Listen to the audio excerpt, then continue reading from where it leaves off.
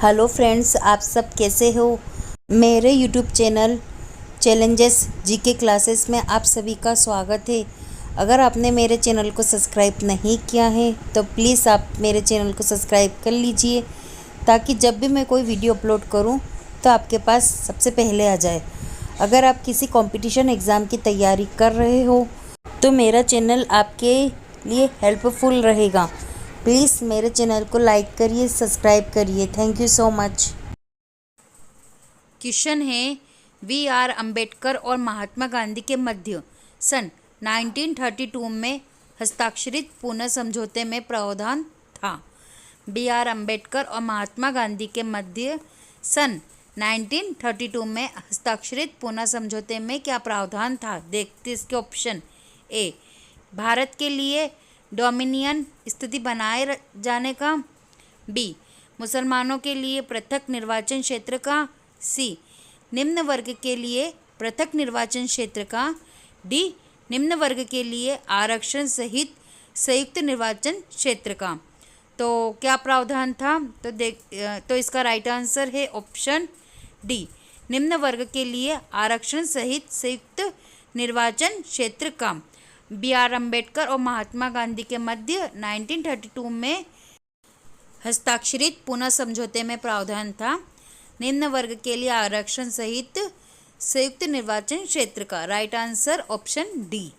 Next question है, निम्नलिखित में से किस अधिनियम द्वारा भारत के गवर्नर जनरल को अध्यादेश जारी करने की शक्ति प्रदान की गई? कौन सा अधिनियम था जिसके तहत भारत के गवर्नर जनरल को अध्यादेश जारी करने की शक्ति प्रदान की गई? देखते इसके ऑप्शन। ए, चार्टर एक्ट 1833। बी, भारतीय परिषद अधिनियम 1861। सी, भारतीय परिषद अधिनियम 1892। डी, भारतीय परिषद अधिनियम 1909। तो इसका राइट आंसर है ऑप्शन बी, भारतीय परिषद अधिनियम 1861 के तहत भारत के गवर्नर जनरल को अध्यादेश जारी करने की शक्ति प्रदान की गई है। राइट आंसर ऑप्शन बी, भारतीय परिषद अधिनियम 1861। Right answer option B. Next question है, भारत के गवर्नर जनरल को किस एक्ट के द्वारा अपनी समिति के निर्णयों को अस्वीकार करने का अधिकार मिला?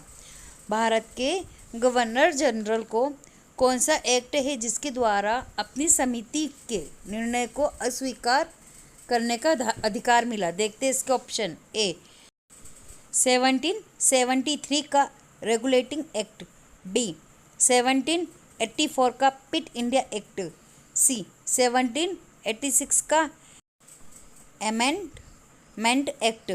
डी, 1813 का चार्टर एक्ट। तो इसका राइट आंसर है ऑप्शन सी, 1786 का अमेंडमेंट एक्ट। इसी एक्ट के द्वारा भारत के गवर्नर जनरल को अपनी समिति के निर्णयों को अस्वीकार करने का अधिकार मिला। राइट आंसर 1786 का अमेंडमेंट एक्ट। नेक्स्ट क्वेश्चन है, सम्राज्ञी विक्टोरिया ने 1858 की घोषणा में भारतीयों को बहुत सी चीज़ें दिए जाने का आश्वासन दिया था। निम्न आश्वासन में से कौन सा ब्रिटिश शासन ने पूरा किया था? सम्राज्ञी विक्टोरिया ने 1858 की घोषणा में भारतीयों को कुछ चीज़ों का आश्वासन दिया। वो कौन सा आश्वासन था जो ब्रिटिश शासन ने पूरा किया? देखते इसके ऑप्शन। ए, रियासतों को हड़पने की नीति समाप्त कर दी जाएगी। बी, देशी रजवाड़ों की यथा स्थिति बनाए रखी जाएगी। सी, भारतीय व यूरोपियन सभी प्रजा को समान व्यवहार मिलेगा। डी, भारतीयों के सामाजिक व धार्मिक विश्वासों में कोई हस्तक्षेप नहीं होगा। तो कौन सी ब्रिटिश शासन ने जिस अधिकार को पूरा किया था? देखते इसका ऑप्शन है। राइट आंसर है इसका ऑप्शन बी, देशी राजवाड़ों की यथा स्थिति बनाए रखी जाएगी।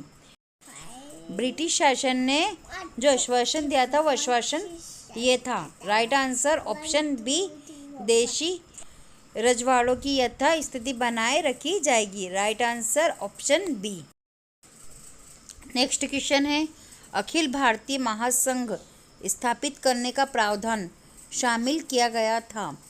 अखिल भारतीय महासंघ स्थापित करने का प्रावधान शामिल किया गया कब? देखते इसके ऑप्शन। ए भारत सरकार अधिनियम 1935 में, बी अगस्त प्रस्ताव 1940 में, सी भारत सरकार अधिनियम 1919 में, डी कैबिनेट मिशन प्रस्ताव 1946 में। तो इसका राइट आंसर है ऑप्शन ए भारत सरकार अधिनियम 1935 में अखिल भारतीय महासंघ स्थापित करने का प्रावधान किया गया। Right answer option A Bharat सरकार अधिनियम 1935 में। नेक्स्ट क्वेश्चन है, भारत का संविधान लागू होने तक स्वतंत्रता के पश्चात इनका शासन किसके अंतर्गत चलाया गया? भारत का जो संविधान है वो लागू होने तक स्वतंत्रता के पश्चात शासन किसके अंतर्गत चलाया गया? देखते इसके ऑप्शन। ए भारतीय नेताओं के परामर्श से बने कानून द्वारा, बी इंग्लैंड के संविधान के अनुसार, सी 1935 के भारत सरकार अधिनियम के अनुसार, डी उपयुक्त में से कोई नहीं। तो इसका राइट आंसर है ऑप्शन सी 1935 के भारत सरकार अधिनियम के अनुसार। भारत का जो संविधान है वो लागू होने तक 1935 के भारत सरकार अधिनियम के अनुसार चलाया गया है। Right answer option C. Next question है, 1946 का कैबिनेट मिशन 3 मंत्रियों में गठित था। निम्नलिखित में से कौन सा सदस्य नहीं था? देखते इसके option. A lord Pethick Lawrence, B AB Alexander, C sir Stafford Cripps, D lord Amery. 1946 का जो कैबिनेट मिशन 3 मंत्रियों से गठित था, उनमें से कौन से मंत्री इनमें से नहीं थे? तो right answer option D lord emery. Lord emery इनमें नहीं शामिल थे। Right answer option D lord emery. Next question है, मिंटो मार्ले सुधार का क्या उद्देश्य है? मिंटो मार्ले सुधार उनका उद्देश्य क्या था? देखते ऑप्शन। ए पृथक निर्वाचन प्रणाली, बी भारतीय की भागीदारी बढ़ाना, सी युद्धों में सहयोग हेतु तैयार करना, डी पूर्ण स्वतंत्रता देना। तो इसका राइट आंसर है ऑप्शन ए पृथक निर्वाचन प्रणाली। मिंटो मार्ले सुधार का उद्देश्य था पृथक निर्वाचन प्रणाली। Right answer option A. Next question है, मुसलमानों के लिए अतिरिक्त निर्वाचन मंडल प्रारंभ में किसके द्वारा लाया गया था? मुसलमानों के लिए अतिरिक्त निर्वाचक मंडल प्रारंभ में किसके द्वारा लाया गया था? सबसे पहले किसके द्वारा लाया गया? देखते ऑप्शन।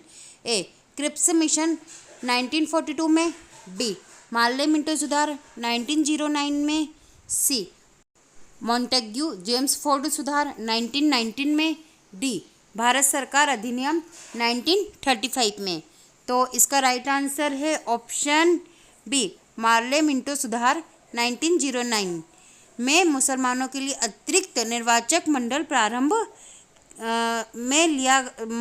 में लाया गया था। Right answer option B Morley Minto सुधार 1909 में। नेक्स्ट क्वेश्चन है, कैबिनेट मिशन योजना के लिए विषय में कौन सा सही नहीं है? कैबिनेट मिशन योजना के विषय में कौन सा ऑप्शन सही नहीं है? देखते ऑप्शन। ए प्रांतीय सामूहिकरण, बी भारतीय सदस्यों वाला अंतरिम मंत्रिमंडल, सी पाकिस्तान की स्वीकृति, डी संविधान निर्माण का अधिकार। तो इसका राइट आंसर है ऑप्शन सी पाकिस्तान की स्वीकृति। पाकिस्तान की स्वीकृति कैबिनेट मिशन योजना के विषय में सही नहीं है। Right answer option C Pakistan की स्वीकृति। नेक्स्ट क्वेश्चन है, महारानी विक्टोरिया को भारत की सम्राज्ञी नियुक्त किया गया। महारानी विक्टोरिया को कौन से सन में भारत की सम्राज्ञी नियुक्त किया गया था?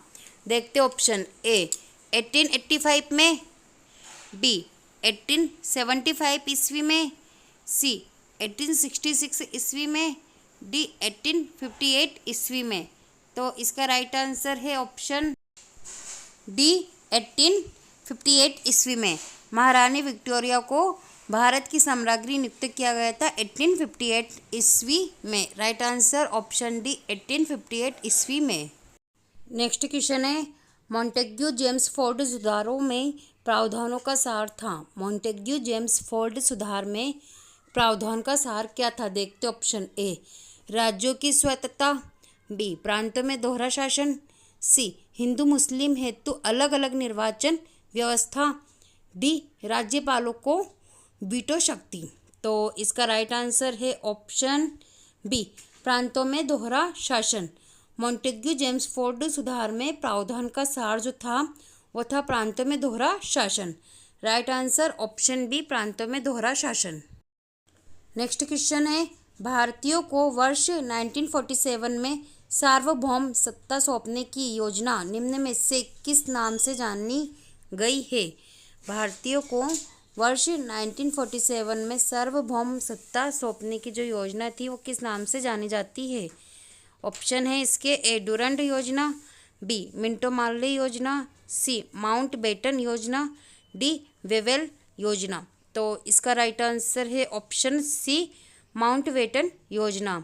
1947 में जो सार्वभौम सत्ता सौंपने की जो योजना थी उसका नाम है माउंट बेटन योजना। Right answer option C. Next question है, मार्ले मिंटो सुधार बिल किस वर्ष पारित किया गया था? मार्ले मिंटो जो सुधार है उसका बिल कब पारित हुआ था? देखते ऑप्शन ए 1905 में, बी 1909 में, सी 1911 में, डी 1920 में।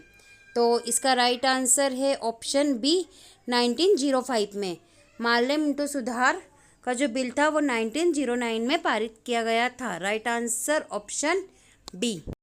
नेक्स्ट क्वेश्चन है, 1909 के इंडियन काउंसिल एक्ट में किस बात की व्यवस्था की गई थी? 1909 के इंडियन काउंसिल एक्ट था उसमें किस बात की व्यवस्था की गई थी? देखते ऑप्शन ए द्वैत शासन प्रणाली, बी सांप्रदायिक प्रतिनिधित्व, सी संघीय व्यवस्था, डी प्रांतीय व्यवस्था।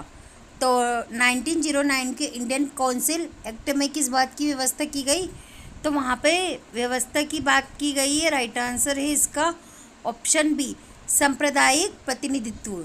सांप्रदायिक प्रतिनिधित्व की व्यवस्था की बात की गई थी 1909 के इंडियन काउंसिल एक्ट के अंदर। राइट आंसर ऑप्शन बी सांप्रदायिक प्रतिनिधित्व। क्वेश्चन है, प्रधानमंत्री के रूप में सबसे लंबा कार्यकाल रहा। प्रधानमंत्री के रूप में सबसे लंबे समय तक कार्य किसने किया? देखते इसके option A Pandit Jawaharlal Nehru, B doctor Manmohan Singh, C Shri Atal Bihari Vajpayee and D Shrimati Indira Gandhi. तो इसका राइट आंसर होना चाहिए कि इनका सबसे लंबा कार्यकाल रहा। तो राइट आंसर है ए पंडित जवाहरलाल नेहरू। प्रधानमंत्री की जो सीट है वह सबसे ज़्यादा लंबे समय तक पंडित जवाहरलाल नेहरू ने संभाल रखी थी। Right answer A Pandit Jawaharlal Nehru. Next question है, जेलों में सुधार हेतु सुझाव देने के लिए किस समिति का गठन किया गया है? जेलों में जो सुधार होता है उसका सुझाव कौन सी समिति करती है? उस समिति का नाम क्या है? देखते ऑप्शन ए बाहेती समिति, बी पेड़ीवाल समिति, सी सुकुमार समिति, डी अहमद समिति। जेलों में जो सुधार है उसके लिए सुझाव ऑप्शन डी अहमद समिति देती है। तो इसका राइट आंसर है डी अहमद समिति। जेलों के सुधार के लिए अहमद समिति ही का गठन किया गया था। राइट आंसर डी अहमद समिति। नेक्स्ट क्वेश्चन है, निम्नलिखित में से कौन संसद के संयुक्त सत्र को अध्यक्षता करने हेतु अधिकृत है? कौन सा संसद है जो संयुक्त सत्र को अध्यक्षता करने हेतु अधिकृत है? देखते इसके ऑप्शन ए भारत का राष्ट्रपति, बी भारत का प्रधानमंत्री, सी भारत का उपराष्ट्रपति एंड डी लोकसभा का अध्यक्ष। तो कौन संसद के संयुक्त सत्र को अध्यक्षता करने हेतु अधिकृत करता है? तो इसका राइट आंसर है डी, लोकसभा का अध्यक्ष। लोकसभा का अध्यक्ष संसद के संयुक्त सत्र को अध्यक्षता करने हेतु अधिकृत है। राइट आंसर डी, लोकसभा का अध्यक्ष। नेक्स्ट क्वेश्चन है, भारत के उपराष्ट्रपति को पदच्युत करने संबंधी प्रस्ताव प्रस्तावित किया जा सकता है। कहाँ पे इस प्रस्ताव को प्रस्तावित किया जाएगा? कौन सा? भारत के उपराष्ट्रपति को पदच्युत करने का प्रस्ताव। देखते इसके ऑप्शन। ए, संसद के किसी भी सदन में। बी, केवल लोकसभा में। सी, संसद की संयुक्त बैठक में। डी, केवल राज्यसभा में। तो इसका राइट आंसर होगा संसद के किसी भी सदन में भारत के उपराष्ट्रपति को पदच्युत करने संबंधी प्रस्ताव को प्रस्तावित किया जा सकता है। राइट आंसर ए, भारत के किसी भी सदन में। नेक्स्ट क्वेश्चन है, भारतीय संविधान में समस्त कार्यपालिका शक्ति निहित है। भारत के संविधान में समस्त कार्यपालिका की शक्तियाँ निहित होती है। किसके अंदर? देखते इसके ऑप्शन। ए, प्रधानमंत्री में। बी, मंत्रिपरिषद में। सी, राष्ट्रपति में। डी, संसद में। तो भारत के संविधान में समस्त कार्यपालिका की शक्तियाँ निहित है। तो राइट आंसर सी, राष्ट्रपति में। राष्ट्रपति में ही सारी शक्तियाँ निहित होती है भारत के संविधान की। राइट आंसर सी, राष्ट्रपति। निम्नलिखित में से उच्चतम न्यायालय की सबसे पहली महिला न्यायाधीश कौन थी? सबसे पहली महिला न्यायाधीश कौन थी? देखते इसके ऑप्शन। ए, सुनंदा भंडारे। बी, इंदिरा जयसिंह। सी, फातिमा बीबी। डी, लीला सेठ। इसका राइट आंसर होगा ए, सुनंदा भंडारे। उच्चतम न्यायालय की सबसे पहली महिला न्यायाधीश थी सुनंदा भंडारे। राइट आंसर होगा इसका ए, सुनंदा भंडारे। नेक्स्ट क्वेश्चन है, 15वीं लोकसभा के अध्यक्ष कौन है? 15वीं लोकसभा के अध्यक्ष कौन है? देखते इसके ऑप्शन। ए, मीरा कुमार। बी, चरणजीत सिंह अटवाल। सी, के रहमान खान। डी, अरुण जेटली। इसका राइट आंसर होगा ए, मीरा कुमार। 15वीं लोकसभा की अध्यक्ष थी कौन थी? मीरा कुमार। इसका राइट आंसर होगा ए, मीरा कुमार। नेक्स्ट क्वेश्चन है, भारत में वित्त आयोग के सदस्यों की नियुक्ति किसके द्वारा की जाती है? भारत में वित्त आयोग के सदस्यों की नियुक्ति किसके द्वारा की जाती है? कौन करता है इसकी नियुक्ति? देखते इसके ऑप्शन। ए, भारत का मुख्य न्यायाधीश। बी, राष्ट्रपति। सी, प्रधानमंत्री। डी, लोकसभा। तो इसका राइट आंसर होगा कौन करता है इसकी नियुक्ति? तो बी, राष्ट्रपति। भारत में वित्त आयोग के सदस्य की नियुक्ति करते हैं राष्ट्रपति। नेक्स्ट क्वेश्चन है, पांडुचेरी को भारतीय संघ में कब सम्मिलित किया गया? पांडुचेरी है, इनको भारतीय संघ में कब मिलाया गया? देखते हैं इसके ऑप्शन। ए, 1970 में। बी, 1977 में। सी, 1960 में। डी, 1956 में। कब सम्मिलित किया गया? तो इसका राइट आंसर होगा डी, 1956 में पांडुचेरी को भारतीय संघ में मिलाया गया। कब मिलाया गया? 1956 में। नेक्स्ट क्वेश्चन है, निम्नलिखित में से किस समिति का पदेन अध्यक्ष लोकसभा का अध्यक्ष होता है? किस समिति का पदेन अध्यक्ष लोकसभा का अध्यक्ष होता है? देखते इसके ऑप्शन। ए, नियम समिति। बी, लोक लेखा समिति। सी, विशेषाधिकारी समिति। डी, प्रकलन समिति।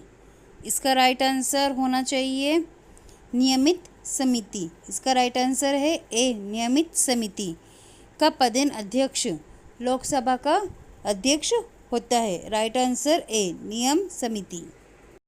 नेक्स्ट क्वेश्चन है, राज्य लोक सेवा आयोग के सदस्यों की नियुक्ति कौन करता है? राज्य में लोक सेवा आयोग के सदस्यों की नियुक्ति कौन करता है? देखते हैं इसके ऑप्शन। ए राज्यपाल, बी राष्ट्रपति, सी प्रधानमंत्री, डी मुख्यमंत्री। इसका राइट आंसर होगा ए राज्यपाल। राज्य के लोक सेवा आयोग के सदस्यों की नियुक्ति कौन करता है? तो राइट आंसर होगा इसका ए राज्यपाल। नेक्स्ट क्वेश्चन है, राज्यसभा कब भंग होती है? राज्यसभा कब भंग होती है? देखते हैं इसके ऑप्शन। ए 4 साल के बाद, बी 6 साल के बाद, सी संकट काल में, डी कभी नहीं। तो राज्यसभा कब भंग होती है? तो इसका राइट आंसर होगा डी कभी नहीं। राज्यसभा कभी भंग नहीं होती है। राइट आंसर होगा डी। नेक्स्ट क्वेश्चन है, भारत में मंत्रिपरिषद सामूहिक रूप से किसके प्रति उत्तरदायी है? भारत में मंत्रिपरिषद सामूहिक रूप से किसके प्रति उत्तरदायी रखता है? देखते हैं ऑप्शन इसके। ए लोकसभा, बी संसद, सी राष्ट्रपति, डी राज्यसभा। तो इसका राइट आंसर होना चाहिए लोकसभा। भारत में मंत्रिपरिषद सामूहिक रूप से लोकसभा के प्रति उत्तरदायी रखता है। Right answer A Lok Sabha. Next question है, भारतीय संविधान द्वारा मौलिक अधिकार दिए गए हैं। भारत में भारतीय संविधान के अनुसार जो मौलिक अधिकार दिए गए हैं वो किन के लिए दिए गए हैं? इसके ऑप्शन है। ए भारत के वयस्क नागरिकों को, बी समस्त देशवासियों को, सी केंद्रीय सरकार को, डी राज्य सरकार को। इसका राइट आंसर होगा बी समस्त देशवासियों को भारतीय संविधान द्वारा मौलिक अधिकार दिए गए हैं। राइट आंसर बी समस्त देशवासियों को। नेक्स्ट क्वेश्चन है, राज्य पुनर्गठन आयोग के अध्यक्ष कौन थे? राज्य पुनर्गठन आयोग के अध्यक्ष कौन थे? देखते हैं इसके ऑप्शन। ए फजल अली, बी सरदार पटेल, सी गोविंद बल्लभ पंत, डी इनमें से कोई नहीं। तो इसका राइट आंसर होगा ए फजल अली। राज्य पुनर्गठन आयोग के अध्यक्ष कौन थे? फजल अली थे। नेक्स्ट क्वेश्चन है, 15वीं लोकसभा में अनुसूचित जाति के उम्मीदवारों के लिए कितने स्थान आरक्षित है? 15वीं लोकसभा में अनुसूचित जाति के उम्मीदवारों के लिए कितने स्थान दिए गए हैं? देखते इसके ऑप्शन। ए 80, बी 77, सी 41, डी 84।